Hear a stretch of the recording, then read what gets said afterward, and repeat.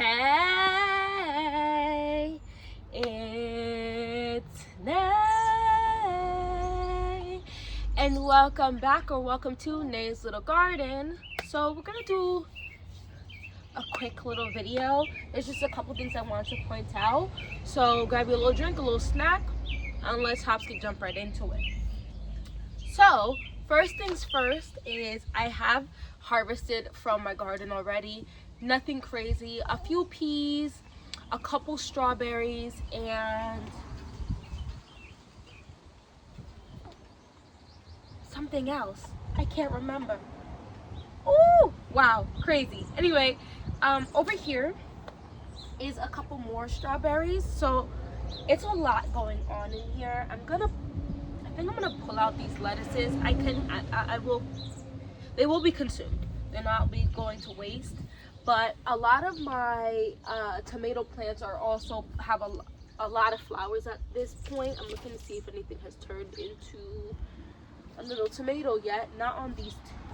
Is this one tomato plant? Insane. Anyway, let me show you what I'm talking about. All right, so I'm just gonna use a little Tupperware. Nothing fancy. I will be looking for a basket, a cute little basket this coming week or next. So there's a ton of strawberries in here. Not a ton for me, but I feel like they could do with maybe a little bit longer. That one. Oh wait, over here, this one, can y'all see? I don't want to pick them too early. I picked two that were very ripe. I will pull these, like, just from lettuce that I had planted and I reused the soil, and the soil, it decided to pop up in the reusing section of the soil, which is fine. Like I said, they will be eaten. Oh, actually, I see something back here. I'm like, why did I plant this tomato plant? And I gotta reach my hand deep in here now because the tomato plant is so big.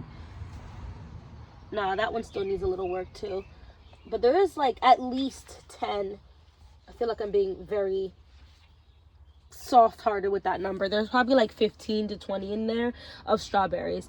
Because over here, just on this side alone, can you guys see? 1, 2, 3, 4, 5, 6. There's like 9 just on that one area. And then there's like another 5 here. So, yeah. And then let's turn over here. Oh, actually, I do see a tomato over here. I'm not sure what this is, to be honest with you, because I see both Thornsburn terracotta and the Amish paste. I'm gonna go with it's an Amish. I don't know. Don't quote me. But right here is a little tomato. I don't know if y'all will be. You probably can't see that, but I'm just gonna go with it. It's definitely one of those two things. I have 2 spots down here that are empty. I don't know if y'all, there you go, we'll be able to see these 2 because it got eaten by the groundhog, and I pulled them out. Now, this right here also got basically topped by the groundhog, and it's it's green, like leaves have popped up, and this one as well. That is a lemon ball, and that was like really eaten down, and it's popping up leaves. So I don't think I'm gonna pull those out. I'm just gonna replant something out. I might even do that today because it's not raining currently. It is a little gray though. I have been pulling so many calendula. I'm not playing with you. No one told me how very bountiful calendula was going to be. I am not mad. I've been picking at least 5 or 6 every other day or so, I feel like at this point. Oops, I might have picked that one a little too strong. Okay. Like, and I feel like I've planted like 4. So I wonder how many calendula buds one flower makes. Like 8 to 10, which is amazing. I'm not complaining. I don't want you guys to think I'm complaining. I'm not mad. What's also interesting is I must have gone ahead and put out, because these were from seed, more than one kind of calendula, because I have two that I've been picking lately. One with a very yellow center, which is very pretty, and then also this like reddish orange center, which is also quite pretty. And I've been picking, they've both been coming up about the same amount of time. So I don't know, can I pick this one, or is this one still opening? I feel like they're still opening. I'm trying to get them when they're fully open, because to my knowledge, that's the best time to get them.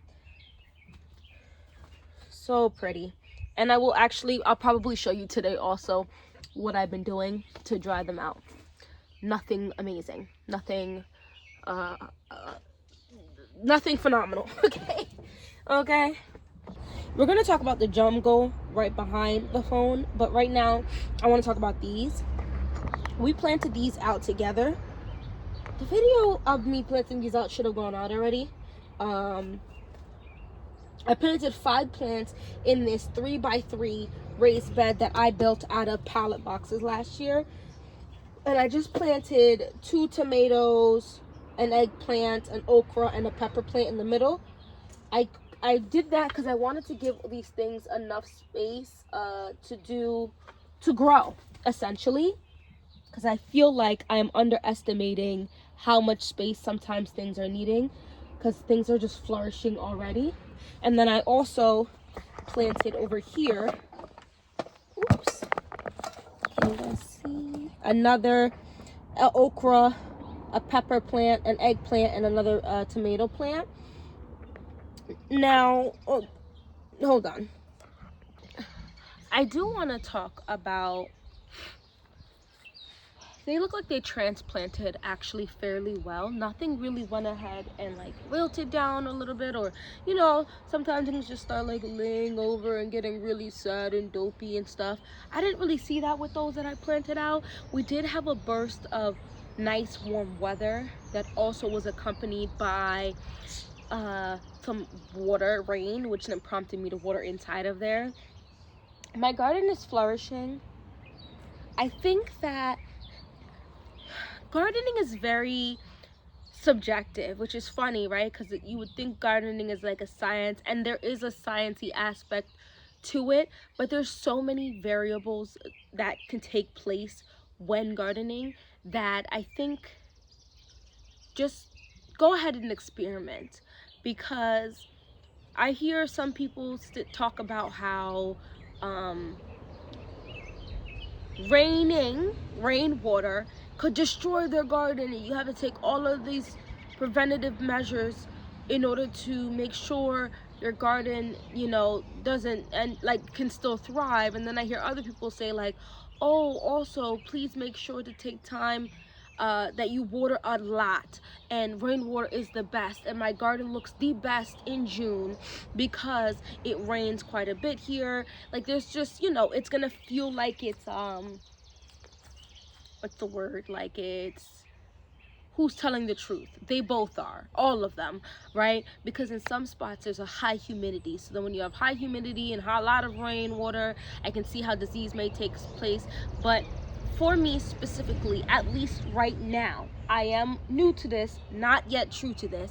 I'm gonna say that nature things I'm not gonna call bad.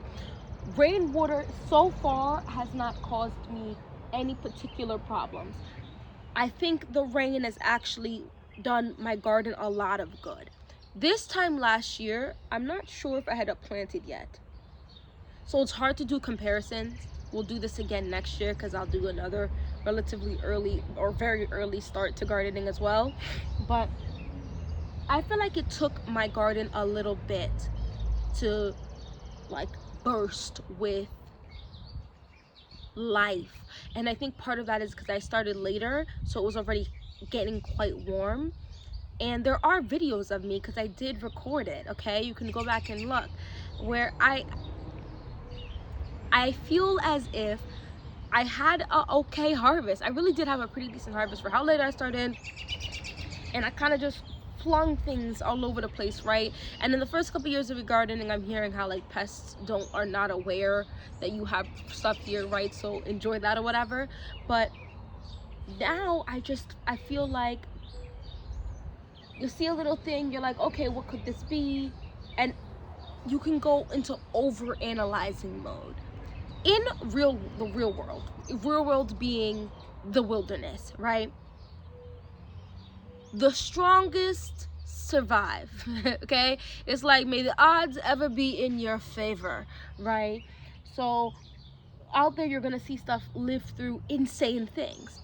When you're in your garden and, you know, in society, things that wouldn't have survived out in the wilderness will survive here because you do things like babying them. Now that could be good because, right, it's going to bring you more harvest, but that could also be bad because you're babying things that per se are just harder to raise now because they've been babied, right? And they're going to continue to need to be babied. So for me personally, there's a balance between letting things die that you didn't make it. Here lies you. Thank you for the little that you did. Amen. And keep it moving. And making sure that I don't plant out 6 squashes and get 1 squash plant that survives in harvest, right? If we're gonna plant out, that's why I firmly believe in having extra than what you think. If you feel like, okay, I only need 2 tomato plants, 2 pepper plants, and 2 eggplants, I'm gonna need you to double that. And I'm not saying that across the board, because when you start hitting like 10 plus plants per situation, don't double, because now you're gonna overwhelm yourself. But add a couple, toss in a few more, right? 2, 3 more extra plants. Because if something happens to that plant, you do not want to be stressing bringing it back to life or keeping it alive. It's truly not worth it. It's not worth it. The odds of you succeeding are not as high as you think they are, so on and so forth. I have planted so many onions. Guys, there's there's a lot of onions here. And truth be told, I did do some type of math, like, oh, if I wanted to use an onion a week, if I wanted, like, guys, if I used an onion a week, what is there? 365 days in the year? What is it? 52? Is there 52 weeks in the year? I have more onions than that in here, okay? I have, I think, like 90 something onions, maybe 80 something onions here. Why? If something happens, I have a higher likelihood of having more onions come to fruition. I also have different varieties because I don't know exactly what's going to grow the best here, because I'm looking for flavor, most definitely, size also, as well as longevity. And I need a fusion of the different ones, you know? So there are just a lot of onions. Right? And then I have less garlic than I need more garlic next year. These are all things that as I do it, as I grow, right? As you can see back here on some onions over here, I'm like, okay, I can do with more of this. Okay, this wasn't as hard as I thought it was. I can go ahead and do more of this. This was not an intelligent decision to make. I won't do this next year. It's all about trial and error. I hate saying this a little bit because I remember when I first started my YouTube channel, I have a scented nay. I have a fragrance channel. Like 4 years ago, I started the channel. And I just remember before I started it, I need to get all my ducks in a row. This is what I'm gonna do. How am I gonna do this? This is gonna work. How am I gonna do? And I remember my friend, okay, being like, girl, just hit play. Just start. Those first few videos are nonsense, pure nonsense. I can't look at them. But I started. And that channel has over 1,000 subscribers now. I think we're a little more than 1,500 or 1,600. And now I'm growing. I have my second channel, right? I also have a TikTok. And on TikTok, I guess because it was like a newer thing, I just started. And I have like 15,000 subscribers on there, right? So this is, just do it. I'm not saying that to hype myself up. I'm saying because you just have to start, okay? If you don't start, you always have 0. And you could think you need to take all this time to do whatever you need to do. Whatever you think you're doing to prepare yourself, it won't be enough. You're going to have to adjust. You're going to have to pivot. You're going to have to turn and do different things because this didn't work for you, even if it worked for somebody else. They're not lying to you, per se, necessarily. They are telling you from their experience, and there are 1,000,001 experiences on this planet because there are so many people that are here. Let's go down real quick because I said this was going to be a fast video. I feel like I talk about this space and I'm in this space a lot, and there's a few reasons. I have a lot of things going on here, okay? This is my first time doing an arch trellis of this magnitude, so I'm stalking her. I'm gonna keep it a buck with you. I have my eyes. For the last 3 days, I've had to come here and wrap this up here. We finally really hit some growth right here. This is I believe my Tromboncino squash, and I keep coming every day, basically, actually, literally every day, and wrapping her to make sure she's growing where I need her to grow. Sis, are you doing what I need you to do? Right? And she is growing luscious. Oh my gosh, I'm gonna try to remain calm. Matter of fact, let me bring you closer. I'm so excited to show you this. I'm just seeing this. We're seeing this together for the first time. And this might come off as real dramatic to some people, and that is a-okay. This right here looks like a Tromboncino, a squash. And this one right here, this might be easier for you guys to see. Eek. Look like a squash in the making. Anytime soon, probably not. But the fact that she's there, it looks like some male flowers maybe that are gonna come to fruition. That's awesome. So I definitely planted a lot here. And over here, I'm gonna back you up a little more again. I just am trying to train. This looks like this says the Candy Roaster. I'm trying to just keep things within the trellis. Like, I need you to grow, and I'm trying to be very gentle. I'm not playing. I snapped off that tomato top, and I was like, I cannot be snapping things off like that. Okay? And just go, that's basically what I'm doing. Next year, this entire row, I planted only really tomatoes. I planted a couple squashes or some cucumbers or something right there, but they're not exploding, at least not yet. It looks like a lot of these squash plants go like this and then go up. So I'll probably leave, because I'll probably plant more squash, to be honest, next year in this area, because I have a whole nother bed to plant more tomatoes, and I have, whatever, I have other plans for next year. So I'll plant more squash for these to climb up. This second row behind it probably is gonna not have it'll have tomatoes and nothing else, because the pepper plants are being outgrown by the squash. And I think the lack of sun is, as it's getting outgrown, the sun is also getting less. It's getting less sun because of all these big beautiful leaves that I cannot be mad at, because it's doing what it's supposed to do, so it can grow me some squash for storage. I'm wrapping another. Here we go. So you grow up. No, don't fall.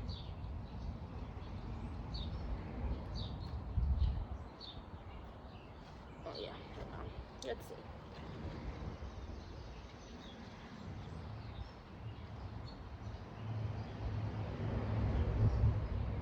I'm just trying to take my time. I really am trying not to destroy anything.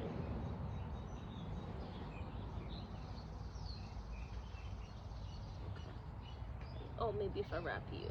And then what's interesting, can someone tell me, do you guys know why some of them are straight and the other ones are curly? Did I miss that curl and it straightens out eventually? Or is that something else? Because I'm using the straight pieces also to kind of wrap up the trellis. It's a little more work, obviously. And something else I feel like is my tomato plants are bushing out a lot. I'm starting to understand why there's a big discussion on going ahead and pruning tomato plants.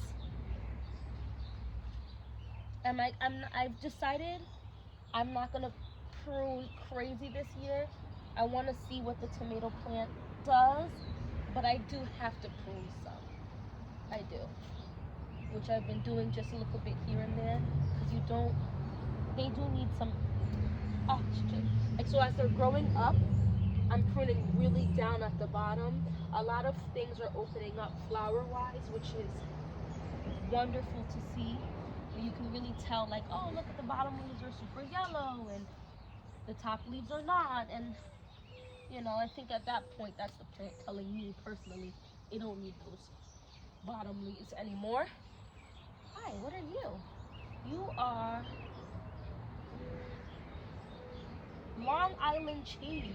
See, like, so this had gotten beaten out by the tomato plant, and it's coming out this way to capture more sun, and I'm not gonna be mad at it because it's just trying to live. So I'm gonna move some of these branches from this tomato plant as gentle as I can muster. Push you through here. So now see, it has some more room, and I'm gonna take off.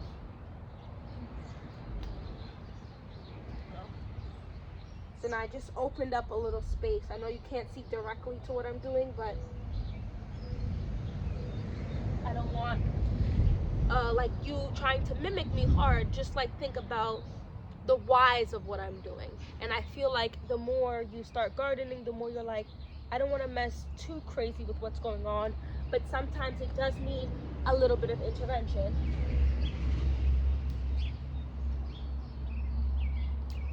Oh, we have some tomatoes here.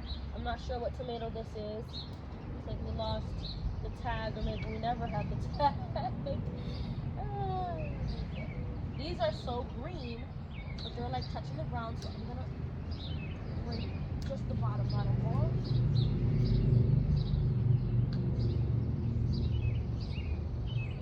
Okay, looks great. What's this one? This is Paul Robeson, bunch of open flowers.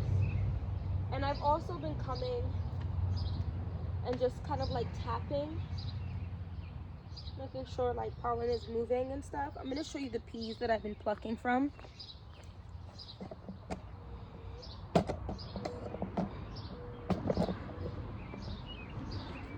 could probably actually pluck this right here.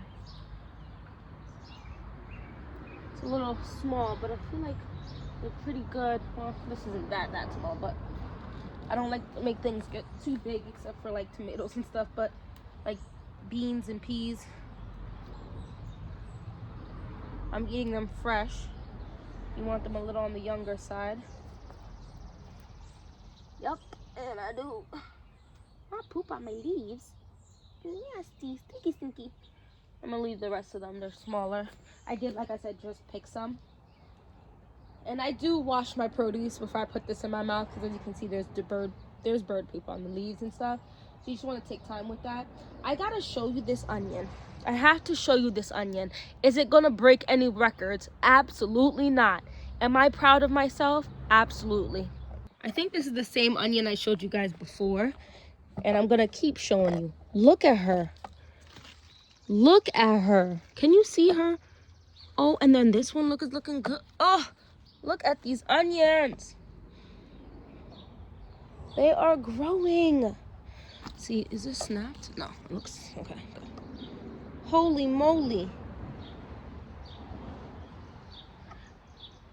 Last thing for this video. The peaches are growing. The peaches are growing. I'm very happy with what's going on in this. I think I'm very happy with what's going on in this peach tree, because it looks like they're growing.